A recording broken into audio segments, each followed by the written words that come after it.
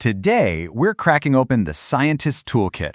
But here's the thing, it's not really about bubbling beakers or fancy lab coats. It's actually a set of mental tools, a way of thinking that anyone, and I mean anyone, can use to figure things out. So, let's get into it.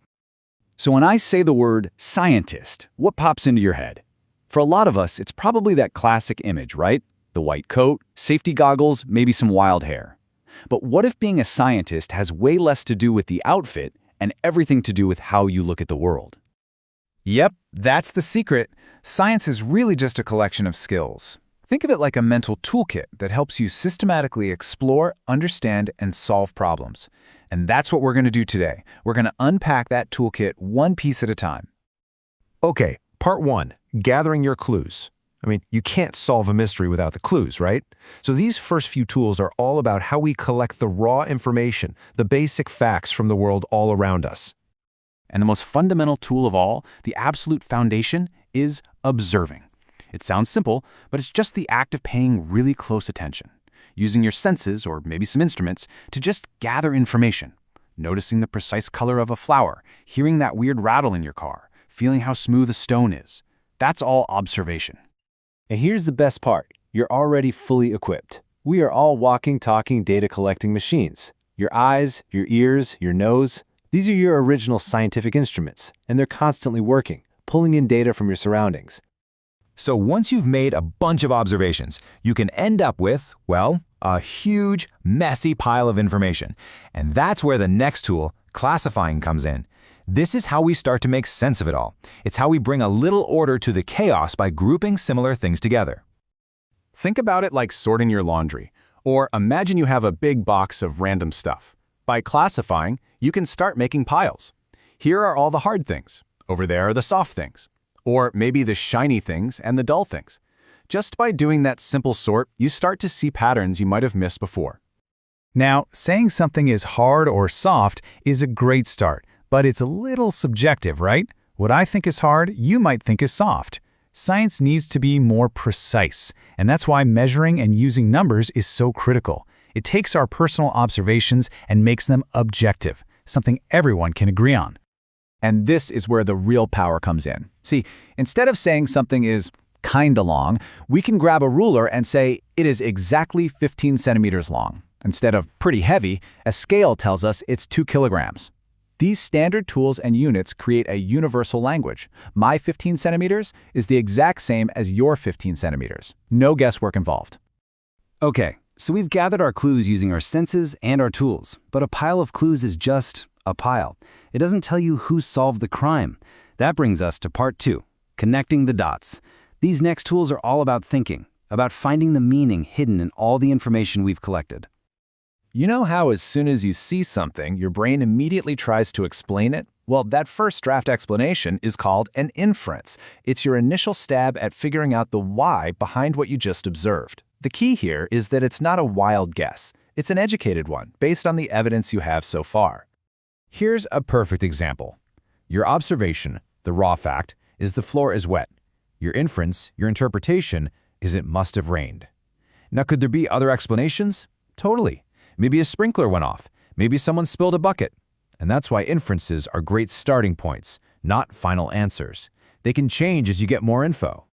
Okay, so if an inference is an educated guess about what already happened, the next tool in our kit lets us look forward. It's called predicting. This is all about forecasting what's going to happen next, based on all the patterns and experiences you've gathered so far. And honestly, you do this all day, every day. You look outside and you see dark clouds rolling in. That's your observation. Based on every time you've seen that before, you infer a storm is coming, and you predict that it's probably going to rain. See, it's just simple, logical, scientific thinking in action. So as you collect all these measurements and observations, you're really building a data set. The next skill, interpreting data, is basically about being a data detective. You're sifting through all that information to find the hidden story. You're looking for trends, for relationships, for the big aha moment. I mean, imagine I just read you a long list of numbers for how tall 2 plants grew each week. Your eyes would probably glaze over, right? But look at a chart like this. A simple picture instantly transforms that boring data into actual knowledge. We can see right away which plant grew faster and by how much. That's the power of interpretation. All right, it's time to level up. We've gathered clues, we've started connecting the dots, now we're moving on to the most structured part of the whole toolkit. This is where we combine everything we've learned into a formal plan for testing our ideas. This is the scientific blueprint. At the absolute heart of any good, fair experiment is this skill: controlling variables. So what's a variable? Simple. It's just anything in a test that can change. Temperature, light, time, you name it. And the golden rule, the most important part, is to only change one single thing at a time. That is the only way you can be sure what actually caused your results. Let's go back to our plant example to make this crystal clear. The one thing you decide to change on purpose, let's say it's the amount of water you give it, that's your manipulated variable. The thing you measure to see the effect, in this case the plant's height, that's the responding variable. And everything else, the pot, the soil, the sunlight, you have to keep them exactly the same. Those are your constants. Okay, so you know what you're going to change and what you're going to measure. Now you need to focus your experiment on a very clear question. And that question takes the form of a hypothesis.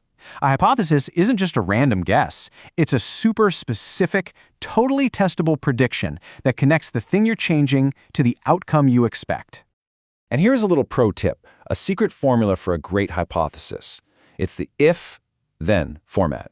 It's so simple. If I do this, then this will happen. For our plant, it might be if I give the plant more fertilizer, then it will grow taller. It's clear, it's direct, and you can absolutely test it. And finally, this is it, the whole process. We put every single tool together to run an experiment. You see how it all flows? You first observe a problem. Then you make your if-then hypothesis. You carefully plan it, controlling your variables. You run the experiment, measuring and collecting your data. Then you interpret that data to find the story, and finally, you draw a conclusion. It's the whole toolkit all working together in perfect harmony.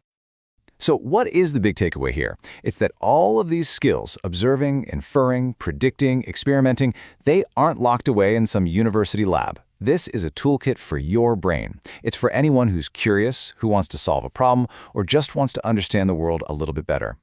Seriously, whether you're trying to figure out why your sourdough starter isn't rising, or you're observing traffic to predict the fastest way to work, you're using these tools. They apply absolutely everywhere. So the only real question left is, now that you have the toolkit, what mystery are you going to solve first?